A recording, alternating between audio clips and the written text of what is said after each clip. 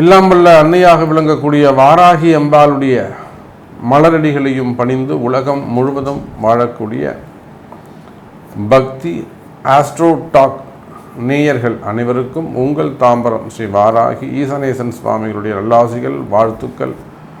ஜெய் வாராகி, ஜெய் ஜெய் வாராகி. அன்பு நேயர்களே, உலகம் முழுவதும் வாழக்கூடிய என் அன்பு நேயர்களே, பக்தர்களே அனைவருக்கும் இனிய தமிழ் புத்தாண்டு நல்வாழ்த்துக்கள். குரோதி வருஷம் நம்ம எல்லாருக்குமே தெரியும். தமிழ் வருஷம் மொத்தம் 60 ஆண்டுகள் உடையது. இந்த 60 வருஷத்தை தான் மாற்றி வந்துகிட்டே இருக்கும். மற்ற ஆண்டுகளுக்கெல்லாம் எண்ணிக்கை தான் கணக்கு. இப்போ இங்கிலீஷில் எடுத்துட்டிங்கனாக்கா 1800, 1900, 2000, 2100, 2200 அப்படி போயிட்டே இருக்குமே தவிர, பட் தமிழ் புத்தாண்டுகளை பொறுத்தவரையில் 60 ஆண்டுகள். அதனால தான் இந்த 60 ஆண்டுகளை கணக்கீடு செய்தால் தான் 60 வருஷம் முடிஞ்சதுனாக்கா திரும்பவும் அந்த குழந்தை பிறந்த எந்த வருஷத்தில் பிறக்குதோ அந்த வருஷமே திரும்பவும் மீண்டும் வந்துடும். அப்போ அது வரும்போது 60ஆம் கல்யாணம் பண்ணிக்கணும், ஆயுள் அபிவிருத்தி பண்ணிக்கணும் அப்படின்னு சொல்லிட்டு நம்மளுடைய தர்மம் சஷ்டியப்த பூர்த்தி, 60ஆம் கல்யாணம் அதெல்லாம் செய்கிறோம். அப்படியாக இந்த வருடம் குரோதி வருடம். வருஷத்தின் பேரை கேட்கும் போதே நமக்கு எல்லாம் கொஞ்சம் டஃப்பாக இருக்க மாதிரி, ஏதோ ஒரு பெரிய டிஸ்கஷன் வைக்கிற மாதிரி தோணும். அந்த அளவுக்கு குரோதி வருஷமாக இருந்தாலுமே கூட மழை அதிகமானதாக இருக்கும் இந்த வருஷத்தில். மெயினாக ராஜா செவ்வாய் பகவானாக வருகிறார். செவ்வாயும் சனியும் இந்த வருஷத்தில் ஆதிக்கம் மிக்கவர்களாக இருக்கிறார்கள். பொதுவாக இந்த வருஷம் பிறக்கும்போது அந்த வருஷத்துக்கு ராஜா, அப்புறம் தளபதி, இவங்க 2 பேரும் யாருங்கிறத வச்சு தான் அந்த வருஷம் எப்படி இருக்குங்கிறத நம்ம சொல்ல முடியும். சேனாதிபதி அது மாதிரிலாம், மந்திரி. அப்போது இந்த குரோதி வருஷத்துக்கு செவ்வாயும் சனியும் ஆதிக்கம் மிக்கவர்களாக இருக்கிறார்கள். அப்போ செவ்வாய் பலம் பெற்றவர்களாக இருக்கின்ற காரணத்தினாலே பொதுவாக நாடு நகரம் முழுவதும் வெப்பம் அதிகமானதாக இருக்கும், உஷ்ணம் அதிகமானதாக இருக்கும். அதே போல் தீ விபத்துகள், ஃபயர் ஆக்சிடென்ட்ஸ் அங்கங்கே நடக்கக்கூடிய வாய்ப்புகள் ஏற்படும். பெரிய பெரிய வெடி விபத்துக்கள், அணு உலைகளால் வரக்கூடியது, வெடி விபத்துகள் கொஞ்சம் வருவதற்கான வாய்ப்புகள் உண்டு. சனி பகவான் கூட சேரும்போது கலகம், டெரரிசம் இதெல்லாம் கூட கொஞ்சம் வளர்ச்சி அடைவதற்கான வாய்ப்புகள் உண்டு. மெயினாக இந்த சனி செவ்வாய் சேர்க்கை இருக்கின்றதுனால அரசியல் கழகம் இந்த வருஷம் முழுவதுமே 2025 ஏப்ரல் 15 வரையிலும் அரசியல்களும் படு சுறுசுறுப்பாக இயங்கிக் கொண்டிருக்கும். நிறைய அரசியல் கழகம் ஏற்படும். ஒருத்தர் மாத்திரை ஒருத்தர் குறை சொல்லிண்டு, அவர் சரியில்லை இவர் சரியில்லை அப்படின்னு ஒருத்தருக்கு ஒருத்தர் எதிர்கட்சிகளும் ஆளும் கட்சிகளும் குறை சொல்வதற்கான வாய்ப்புகள் உண்டு. அரசியல் கழகம் நிறைய ஏற்படும். நிறைய அரசியல்வாதிகளுக்கு இந்த வருஷம் பாதிப்பு உண்டு. எக்கச்சக்கமான பாதிப்புகள் இந்த வருஷம் அரசியல்வாதிகளுக்கு இருக்குது. இந்த குரோதி வருஷம் எப்படி இருக்க போகுது, 12 ராசி என்பர்களுக்கும் ஒவ்வொரு ராசிக்கும் எப்படி இருக்க போகுது, இந்த குரோதி வருஷத்தில் ஏதாவது பயிற்சிகள் இருக்கா அப்படின்னு பார்த்தா ஒரே ஒரு பயிற்சி உண்டு. அந்த பயிற்சி குரு பயிற்சி மட்டுமே. வேறு எந்த பயிற்சியும் இந்த வருஷம் கிடையாது. சனி பயிற்சியும் இல்லை, ராகு கேது பயிற்சி. அதனால் குரு பயிற்சி ரொம்ப முக்கியமான ஒரு பயிற்சியாக வருஷம் பிறந்த உடனே சித்திரை மாதத்திலேயே 20ஆம் தேதி வாக்கில் குரு பயிற்சி நடக்கப் போகுது. அப்போ இந்த வருஷம் முழுவதும் குரு பகவான் ரிஷபராசியில் இருக்க போகிறார். இந்த சித்திரையிலிருந்து அடுத்த பங்குனி மாதம் வரையிலுமே கூட குரு பகவான் ரிஷபராசியில் சஞ்சாரம் செய்ய போகிறார். அதே போல் சனி பகவான் கும்பத்தில் இருப்பாங்க. ராகுவும் கேதுவும் கூட முழுமையாக எங்கே இருப்பாங்க, மீனம் மற்றும் கன்னியில் இருக்க போகிறார்கள். அப்போது இந்த கிரக அமைப்புகளை வச்சு பார்க்கும் பொழுது இந்த தமிழ் புத்தாண்டில் நிறைய மாற்றங்கள். ஆனால் மனித வாழ்விலே நாம் நினைக்கிறோம், நேற்று வரலும் வேலைக்கு போய்ட்டு இருந்தார், இன்றைக்கி பிஸ்னஸ் பண்ணுறாரு, நாளைக்கு அந்த பிஸ்னஸில் பெரிய ஆளாக உயர்ந்து வந்துடுறாரு ஒருத்தர். அப்போ அவங்க என்ன சொல்கிறாங்க, அவர் திறமையால் படிப்படியாக உயர்ந்து வளர்ந்து வந்தார்னு நம்ம சொல்கிறோம்.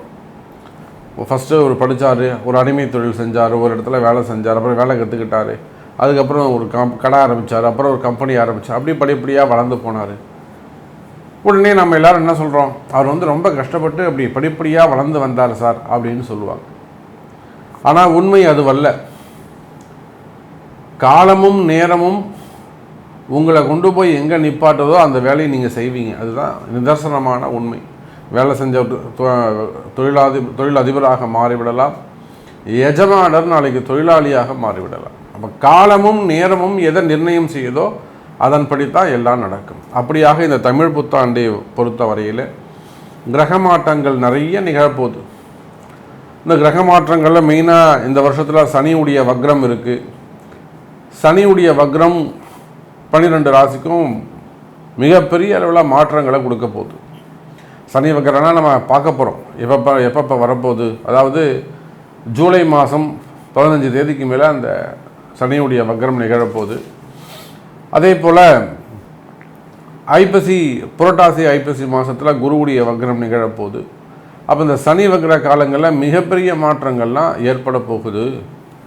அப்போ இந்த வருடம் முழுவதுமே கூட 2024 ஏப்ரல் 14ஆம் தேதி முதல் 2025 ஏப்ரல் 14 தேதி வரை இந்த ஒரு வருட காலம் இந்த கிரக அமைப்புகளை கொண்டு ரிஷபராசி குரு இருக்கிறாரு, கும்பத்தில் சனி இருக்கிறாருன்னா இந்த கிரக அமைப்புகளை கொண்டு என்னவெல்லாம் நடக்க போகுது, குறிப்பாக உங்கள் ராசிக்கு என்ன நடக்க போகுது, என்னெல்லாம் மாற்றங்கள் வரப்போகுது அப்படிங்கிறத பார்க்க போகிறோம். வாருங்கள் தமிழ் புத்தாண்டு ராசிகளை பார்க்கலாம். அன்பார்ந்த மீனராசி அன்பர்களே, மீனராசி அன்பர்களே, இந்த தமிழ் புத்தாண்டு அற்புதமான வருஷம், மிக சிறப்பான வருஷமாக மீனராசிக்கு அமையப் போகிறது. பொதுவாக மீனராசி அன்பர்களே எல்லாருக்குமே என்ன ஒரு கவலையாக இருக்கணும், நமக்கு 7.5 சனி நடக்குது, சனி பகவான் போட்டு நம்மளை பாடாப்படுத்தி எடுத்துக்கிட்டு இருக்காரு, ரொம்ப மோசமாக போய்கிட்டு இருக்குங்க சாமி, இப்போ போய் இந்த தமிழ் புத்தாண்டு நடக்குதே, நீங்கள் நல்லா இருக்குன்னு வேற சொல்கிறீங்களே, இதை நான் எப்படி நம்புறதா இல்லையான்ற சந்தேகமே முதல்ல இந்த மீனராசிக்கு இருக்கும். கவலை வேண்டாம் மீனராசி அன்பர்களே, இந்த தமிழ் புத்தாண்டு பேருதான் குரோதியை தவிர குறிப்பாக மீனராசிக்கு சுப பலன்களை நற்பலன்களை வாரி வழங்குகிறது இந்த தமிழ் புத்தாண்டு. காரணம் என்ன அப்படின்னு கேட்டிங்கனாக்கா, உங்கள் ராசியில் இருக்கக்கூடிய ராகுவும் ராசிக்கு 7ல் இருக்கக்கூடிய கேதுவும், நான் தமிழ் புத்தாண்டு இந்த ஓப்பனிங்கில் சொன்னேன். அப்போ முதல் பதிவில் என்ன சொன்னேன், கிரக அமைப்புகள். அப்போ மீன ராசிக்கு ராசியில் இருக்கக்கூடிய ராகு, ராசிக்கு 7ல் இருக்கக்கூடிய கேது. இந்த ராகு கேதுவை யார் பார்க்குறாங்கன்னா உங்களுடைய ராசிநாதன் சொல்லக்கூடிய குரு பகவான் பார்க்கிறார். இந்த வருஷம் முழுவதும் பார்க்கிறார். ராகு உங்கள் ராசியை விட்டு வெளியில் போகிறவர்களும் உங்களுக்கு ஃபுல் கேரண்டி கொடுக்குறார். குரு ஃபுல் கேரண்டி கொடுக்குறார். நீ சிறப்பாக இருப்பப்பா, கவலைப்படாத, நான் பார்த்துக்கிறேன் உன்னை. நான் 2வது வீட்டில் இருந்தவர்களும் என்னால் கவனிக்க முடியல, நான் கொஞ்சம் பிஸியாக இருந்துட்டேன். மீன ராசி என்பர்களே கவலை வேண்டாம், குரு பார்வை உங்களை பார்க்கலையே தவிர குரு பார்வை உண்டு, அல்லது குருவால் நன்மை உண்டு. உங்கள் ராசிக்கு 7ஆம் பாவத்தை பார்க்கிறார், உங்கள் ராசிக்கு 9வது பாவத்தை பார்க்கிறார். இது எவ்வளோ பெரிய சிறப்பு பாருங்கள். மீனராசிக்கு 7ஆம் பாவம் எதுங்க, கன்னியை குரு பார்ப்பார், வருஷம் முழுவதும் பார்ப்பார். உங்கள் ராசிக்கு 9ஆம் பாவம் எதுங்க, விருச்சகம், அதை பார்ப்பார். உங்கள் ராசிக்கு 11வது பாவம் எதுங்க, மகரம், அதையும் பார்ப்பார். அப்போ 5, 9, 11ங்கிற சுபஸ்தானங்களை உங்கள் ராசிநாதன் வருடம் முழுவதும் பார்க்கிறார். அப்போ இந்த தமிழ் புத்தாண்டு உண்மையிலேயே மீன ராசிக்கு சிறப்பாக உள்ளது. 90% கூட நம்ம சொல்லலாம், தப்பே கிடையாது. வெறும் 7.5 சனின்னு சொல்லிட்டு சனியை வச்சு நீங்கள் பயந்துக்கிட்டே இருக்காதீங்க.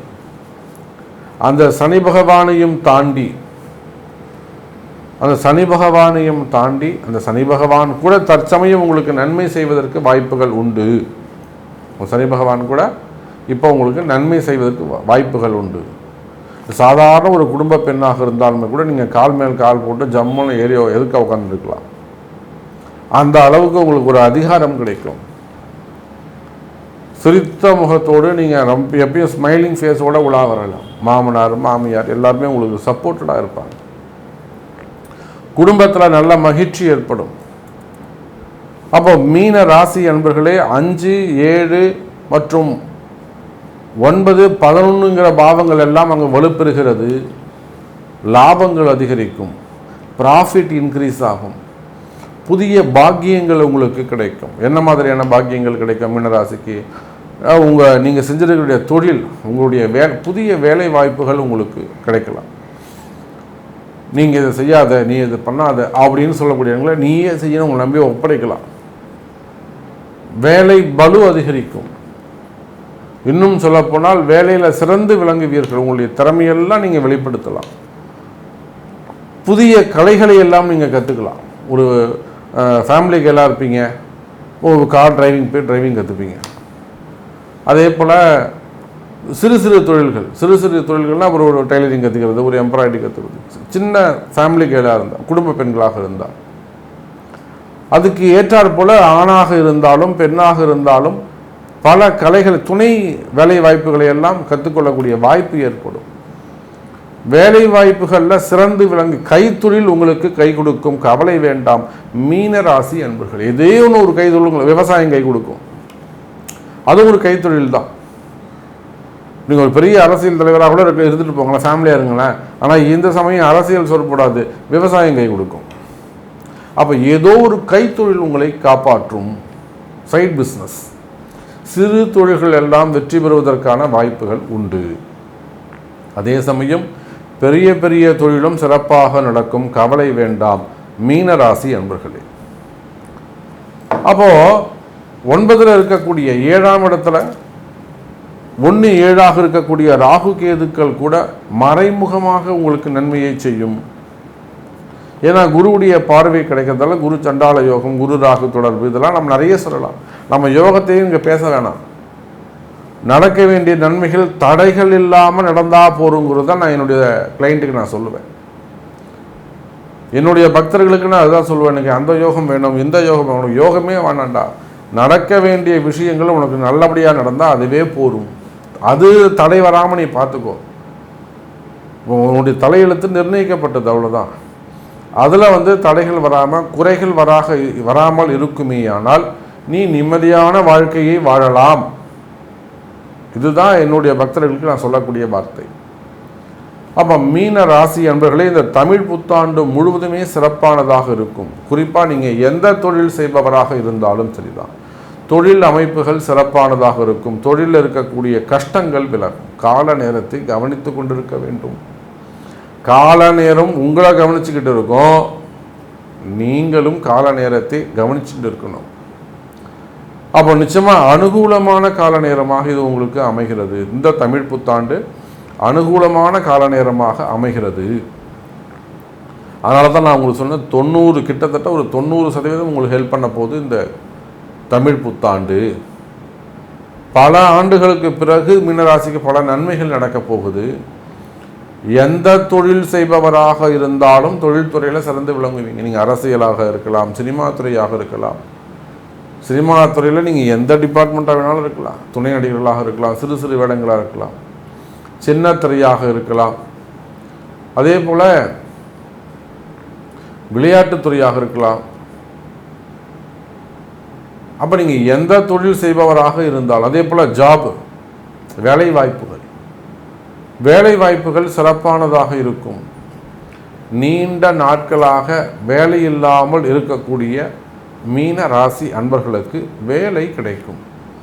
அது கவர்மெண்ட் ஜாபாக இருக்கலாம், பிரைவேட் ஜாபாக இருக்கலாம், உள்நாட்டு வேலையாக இருக்கலாம், வெளிநாட்டு வேலையாக இருக்கலாம். வேலை வாய்ப்புகள் அதிகரிக்கும். வேலையில் நல்ல முன்னேற்றம் இருக்கும். கவலை வேண்டாம் மீன ராசி அன்பர்களே. அதே போல் வேலை செய்கிற இடத்துல உங்களுக்கு இருக்கக்கூடிய பிரச்சனைகள், என்னுடைய ஹையர் ஆஃபீஸர் என்னை மதிக்கலை, அல்லது கொஞ்சம் என்னை ட்ரபுள் பண்ணுறாங்க, வேணும்னே என்னை இரிட்டேட் பண்ணுறாங்க, வேணும்னே, இதெல்லாம் 7.5 சனியில் நடக்கும். அப்போ அதுலேருந்து எப்படி நீங்கள் தப்பிச்சுக்கிறது? கவலையே படாதீங்க. அம்பாள் இருக்காங்க, வாராகி இருக்கிறாங்க. வாராகி உங்களுக்கு வழிகாட்டுவார். இப்போ உங்கள் பிறப்பு ஜாதகம் பேசும். இப்போ வேலை செய்கிற இடத்துல உங்களுக்கு பிரச்சனையா, மனசு கஷ்டமாக இருக்கா, வேலை போயிடுமோங்கிற பயம் இருக்கா, கவலையே படாதீங்க. மீனராசி என்பதில் உங்கள் வேலையை காப்பாற்றலாம். நிலையான உத்தியோகம், நிரந்தரமான உத்தியோகம், அது அம்பாள் வாராகி உங்களுக்கு வாங்கி கொடுப்பாங்க. அதே போல் இடமாற்றங்கள், ப்ரமோஷன்ஸு, ஒரு கவர்மெண்ட் ஜாபாக இருக்கலாம், ப்ரைவேட் ஜாபாக இருக்கலாம். எனக்கு ஒரு ட்ரான்ஸ்ஃபர் வேணும், ஒரு ப்ரமோஷன் வேணும், நிச்சயமாக அம்பாளை வேண்டுங்க. நிச்சயமாக உங்களுக்கு நல்லது நடக்கும். நல்ல காலம் பிறக்கின்றது. அதே போல் குடும்பத்தில் இருக்கக்கூடிய கஷ்டங்கள், மெயினாக செய்வினை கோளாறுகள், மந்திர மாந்திரிக தோஷங்கள், பண நெருக்கடி, கடன் சுமைகள், கடன் பிரச்சனைகள், மெயினாக இந்த லோன் ப்ராப்ளம், கடன் சுமைகள், கடன் பிரச்சனைகள், வம்பு வழக்குகள். அந்த வம்பு வழக்குகள், கோர்ட்டு கேஸ், அதாவது ஃபேமிலி சப்ஜெக்டாக இருக்கலாம், டிவோர்ஸ் கேஸாக இருக்கலாம், அல்லது அசட்ஸ் சம்மந்தப்பட்டதாக இருக்கலாம், பிஸ்னஸ் ரிலேட்டடாக இருக்கலாம், ஃபைனான்ஸ் ரிலேட்டடாக இருக்கலாம். ஸோ அது வீண்படி அவமானங்களாக இருக்கலாம். ஜாபில் மெயினாக மான அவமானங்கள், அதே போல் டிபார்ட்மெண்ட் வைஸ் நடக்கக்கூடிய என்கொயரிகள், ப்ரைவேட் ஜாபோ கவர்மெண்ட் ஜாபோ, ஐடி ரைடு சம்மந்தப்பட்டது, பதவி போட்டிகள்.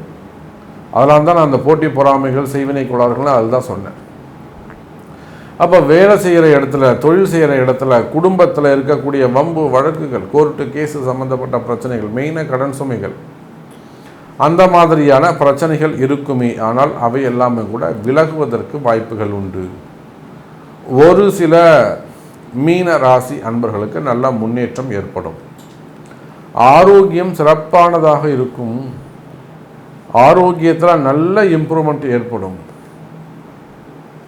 ஒரு ஆரோக்கிய சம்பந்தமான பயம் இருக்குமே, ஆனால் நிச்சயமாக அந்த பயம் விலகும். இன்னும் சொல்ல வேண்டும் என்று சொன்னால், மீன ராசி அன்பர்களே, உங்கள் மனசு எதுக்கு பயப்படுதுன்னே தெரியாது. ஒரு விதமான பயம், ஒரு விதமான பதட்டம் இருந்து கொண்டே இருக்கும். அந்த பயம் விலகும், பதட்டம் விலகும், அந்த கஷ்டங்கள் விலகும், மனசில் இருக்கக்கூடிய மனக்குழப்பங்கள் விலகும், நிலையான மகிழ்ச்சி ஏற்படும் மீனராசி அன்பர்களே. அதே போலத்தான் ஆன்மீக பிரியவர்கள், மடாதிபதிகள், அதை சார்ந்தவர்கள், அவங்களுக்கு சம்பந்தப்பட்ட ஆரோக்கியங்கள், இவை எல்லாமே கூட மனமகிழ்ச்சி ஏற்படுவதற்கு வாய்ப்புகள் உண்டு. நோய்கள் விலகும். அப்போ உங்களுக்கு கீழே இருக்கக்கூடிய சூழ்ச்சிகள், அரசியல் சூழ்ச்சிகள், அது குடும்பமானாலும் வேலையானாலும் தொழிலானாலும், தொழில் சிறப்பாகவே நல்லா சாமி, குடும்பம் நல்லபடியாக இல்லை, ஏதோ ஒரு சூழ்ச்சி இருக்குது. சனி பகவான்னாலே கலகம், தெஃப்ட், திருட்டு சம்மந்தப்பட்டது, கிட்ட இருக்கிறவங்க சுற்றி இருக்கிறவங்க ஏமாத்துறது, ஏமாறுவது, இந்த மாதிரிலாம் நிறைய பிரச்சனைகள் உங்களுக்கு இருக்குது. ஸோ அதெல்லாம் தாண்டி இந்த தமிழ் புத்தாண்டு நீங்கள் வெற்றி பெறக்கூடிய தமிழ் புத்தாண்டாக அமைகிறது. இப்போ இன்னும் கூட உங்கள் மனசில் நிறைய கேள்விகள் இருக்கலாம். இது எனக்கு நடக்குமா சாமி, இதெல்லாம் சொல்கிறீங்களே, நீங்கள் இதை பற்றி சொல்லவே இல்லையே, என்னை பற்றி கொஞ்சம் சொல்லுங்கள் அப்படிங்கிற மாதிரி கேள்விகள் உங்களுக்குள்ள நிறைய இருக்கலாம். உங்கள் கேள்விகளோடு வாருங்கள். அன்னை வாராகி உங்களுக்கு வழிகாட்டுவாள், அம்பாள் உங்களை வழிநடத்துவாள். நிலையான சந்தோஷம் உங்களுக்கு கிடைக்கட்டும் என்று சொல்லிக்கொண்டு மீண்டும் வேறு அற்புதமான பதிவில் சந்திக்கிறேன். ஜெய் வராகி.